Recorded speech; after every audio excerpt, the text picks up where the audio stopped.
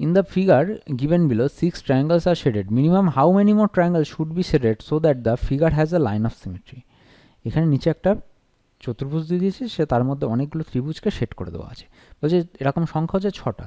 দেখো 1 2 3 4 5 6টা আছে। বলছে যে আর কতগুলো ত্রিভুজকে সেট করতে হবে যাতে এই ছবির একটাই মাত্র লাইন অফ সিমেট্রি পাবো, এরকম ঘটনা দেখা যেতে পারে। তাহলে আমরা খেয়াল করে দেখি অঙ্কটার দিকে, যদি কোন দিক থেকে লাইন অফ সিমেট্রিটাকে বিচার করব। দেখো হরাইজন্টালি করবো না ভার্টিক্যাল, অর্থাৎ উলম্বভাবে না আনুভূমিকভাবে, সেটা আমাদের বলে দেয়নি। তা আমরা প্রথমটা উলম্বভাবে নিচ্ছি। তাহলে উলম্বভাবে যদি এখন আমরা হিসাবটা করব, দেখো এদিকে 3টে এদিকে 3টে, তাহলে একটাকে যদি একটার উপর ফেলি কোন কোনগুলো মিলছে আমরা আগে দেখে নিই।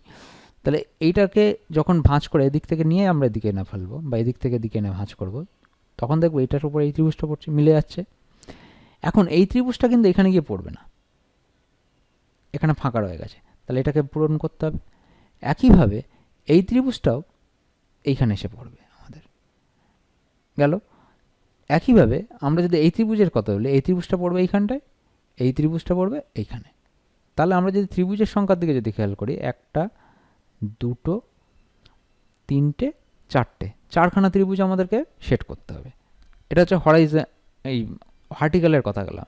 তাহলে তখন অ্যান্সারটা হবে কত? 4। এবার যদি আমরা হরাইজন্টালি যদি ভাবি তাহলে কী পাবো দেখবো, মানে আনুভূমিকভাবে যদি ভাবি, তাহলে একদিকে 4টে আছে, একদিকে 2টো ত্রিভুজ, মানে মোট 6টাই আছে। তাহলে এই ত্রিভুজটার দিকে যদি খেয়াল করি আমরা, এইটা গিয়ে পড়বে এইখানটায়, এই যে এইখানটায়। আবার এই ত্রিভুজটা তো এর ওপর পড়ছে, ঠিক আছে, এটার সাথে এটা মিলে যাবে, কিন্তু এইটা পড়বে এইখানটায়, নাম্বার 2 এখানটা হয়ে যাবে। আবার এইখানটা এইটা পড়বে এইটা এসে নাম্বার 3, আর এইটা পড়বে এখানে এসে, তাহলে নাম্বার 4 হচ্ছে এটা। তাহলে আমরা পেয়ে গেলাম কটা? 4টে হরাইজন্টাল লাইন পেলাম। তাহলে সেই হিসাবে ধরলে আমাদের দু ক্ষেত্রেই কত পাবো? অ্যান্সার 4। তাহলে 4 হচ্ছে আমাদের রাইট অ্যান্সার।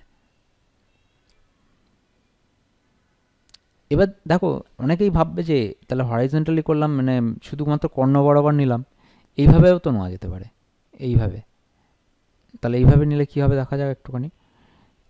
আমরা যদি এইভাবে যদি ভাঁজ করি, কারণ প্রতিসাম্য রেখা সেটাই, যেটা হচ্ছে ভাঁজ করলে উভয় দিকে যেন সমান হয়ে যায়, সেটাই হচ্ছে আমাদের প্রতিসাম্য রেখা। তাহলে সেই ক্ষেত্রে আমরা দেখি কী পাবো। তাহলে এই প্রতিসাম্য রেখা যদি ভাঁজ করি, তবে এটার সাথে এটা মিলছে, কিন্তু এইটার সাথে এইটা হচ্ছে এইখানে এসে মিল পড়বে, তাহলে এটা 1 নম্বর হবে। আবার এইটা খালি থাকছে, এখানে পড়বে 2 নম্বর, এটা আসবে এখানে 3 নম্বর, আর এটা যাবে এখানে, তাহলে 4 নম্বর। তাহলে তুমি যেমনভাবেই নাও না কেন তোমার আসবে, কিন্তু এইভাবে আমরা নেব না একটাই কারণে, কারণ এইভাবে নিলে ত্রিভুজটা মাঝখান থেকে কেটে যাচ্ছে, সেক্ষেত্রে জিনিসটা এই দুটো আরও বেড়ে যাবে সংখ্যা, তাই ওইভাবে আমরা নেব না, কারণ একটাই সিমেট্রি লাইন আসবে বলেছে এবং ত্রিভুজের সংখ্যা 6টা, সেটা উল্লেখ করেও দিয়েছে। তাহলে এই 3 রকমভাবে আমরা যাই করি না কেন সব ক্ষেত্রেই কটা পাবো? 4টে ত্রিভুজ আমাদের সেট করতে হবে। সেট করলে তবেই আমরা একটা লাইন অফ সিমেট্রি পাবো এই ফিগারটাতে, যেখানে 4টে ত্রিভুজ সেট করলে অবশ্যই একটা লাইন অফ সিমেট্রি আমরা পাবো।